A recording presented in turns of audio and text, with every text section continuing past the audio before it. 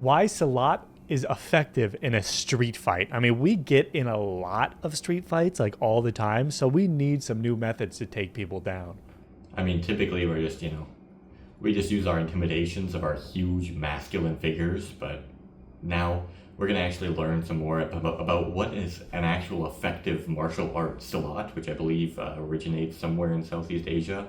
You guys can debate in the comments whatever you think. The description claims Indonesian martial arts, but we've also seen it associated with Malaysia and other countries in Southeast Asia. So yeah, it's whatever you think. Let us know in the comments where it's from. But time to learn about how to street fight properly, because we've just been like scaring people away because we're so scary and we just are so strong, Sometimes we throw a brick at somebody, but that's not, I don't feel like there's technique in that. That's a last resort. Yeah, let's do it. Trend loops. Why Silat is effective in a street fight. It'll be really hard to exhaust all the martial arts out there. That'd be perfect for a street fight. We don't know if this Another one American we'd like guy's to saying it consider right is either. the Indonesian martial art known as Silat, which means combat or fighting, which is now generally referred to as Pencak Silat, which can easily be confused with other branches of martial arts really such quick. as karate and kung fu. But unlike the traditional martial arts that we know, Silat is a lot less popular. But regardless of how unpopular it may be in the world of martial arts and self-defense, You, like, it has to knot be given the people's accolade of limbs. having the most brutal hits. Many people who aren't quite familiar with this art have this misconception that Pencak Silat puts a lot of focus on weapon combat than it does in unarmed combat. But that's just an opinion of the vast minority who know nothing about the art. Well, in today's video, we'll be looking at how effective Pencak Silat is, effective in the street fight for self-defense, and all you need to know about it. And if you wish to start training in Silat, or you haven't considered it at all, why don't you stick around till the end of the video? Let's get into it. It seems like it's about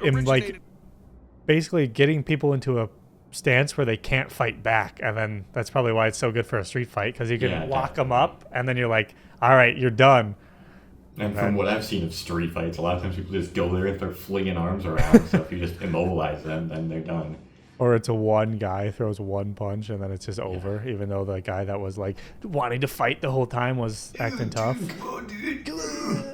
From Indonesia has a lot of similarities with the popular Kung Fu and Shaolin, but the only difference being that Pencak Silat has more vast combat system, as it serves as the purpose of both attack and a defense system. While you can learn the combat styles like grappling, punching, and blocking, you'll also have to learn the self-defense strategies like preventing your opponent from inflicting injuries on you, and also defending yourself in a sword fight. In the attack system, you should be aware that your attacks are executed based on your opponent's movements. Your aim should be to render them harmless by breaking down their offense. As a smart fighter, understand that focusing on your opponent's weakness is as important as focusing on their strength, and that's how you attack, by taking advantage of those weaknesses with clever tactics. And then there's the defense system, which is even more complex compared to the attack system. Keep in mind that attacking is not all that you need to defeat your opponent, but your ability to keep a good defense. And this defense depends on how aware you are of your environment and how well you can pay attention to the little details like your opponent's weakness, for example.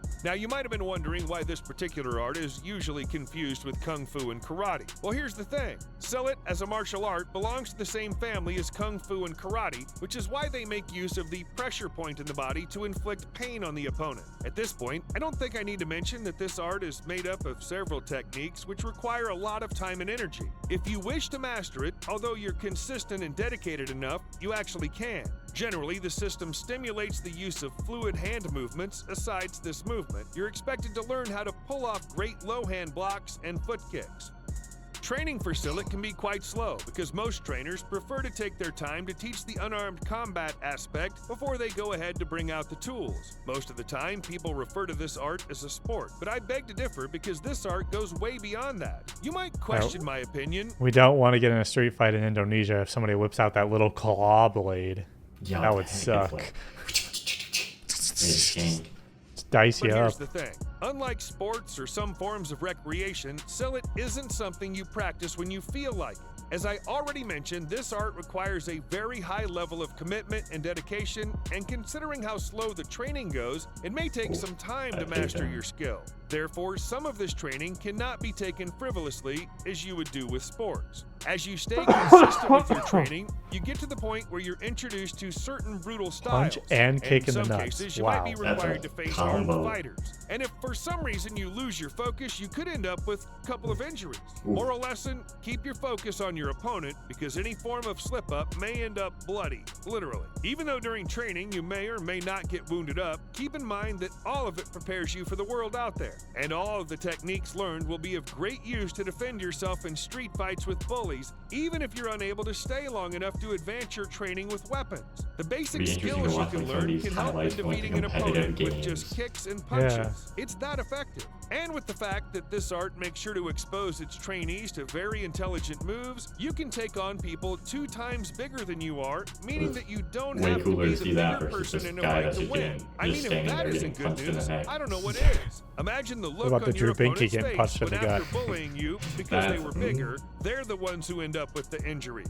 Aside from the self-defense aspect, you can benefit from mastering the art of Silat, some of which includes the development of your Seems body. like some of these positions you could just break someone's neck very easily. Or just their arm snapped.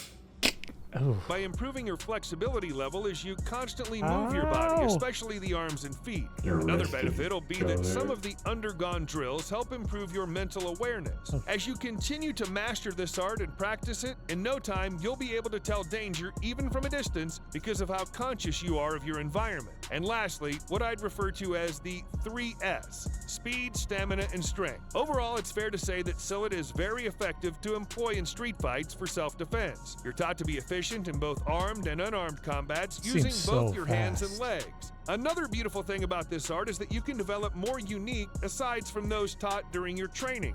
And lastly, considering how brutal this technique is, inflicting severe wounds on your opponent is inevitable. And there you have it, friends. That's all we have for today. Wow. If you have any questions, feel that welcome. was an interesting form. I mean, like, we don't know anything about fighting. We're not into UFC or MMA or any of that stuff. But this one, based on what I've seen, seems so quick and so precise. Like, they do it so fast and go directly where they want to go to take somebody down efficiently.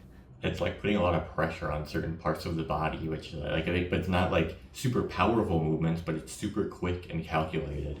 Or a chin shot and a nut shot at the same time. Yeah, that's perfect. That's just a combo. It's not gonna Oh, knock heck. someone out, but it will render them ineffective. It hurts to Oh, get wow. kicked in the balls, guys. I don't know if you knew this. It's worse than giving birth. Yep, definitely true. That's a fact. Look it up on the Facts. internet, guys. Oh yeah, and the internet's the most trustworthy source to get It your is. information. It is. Just listen to us. Thanks for watching, everybody. Hopefully you enjoyed. We'll see you in the next one. Bye. Bye.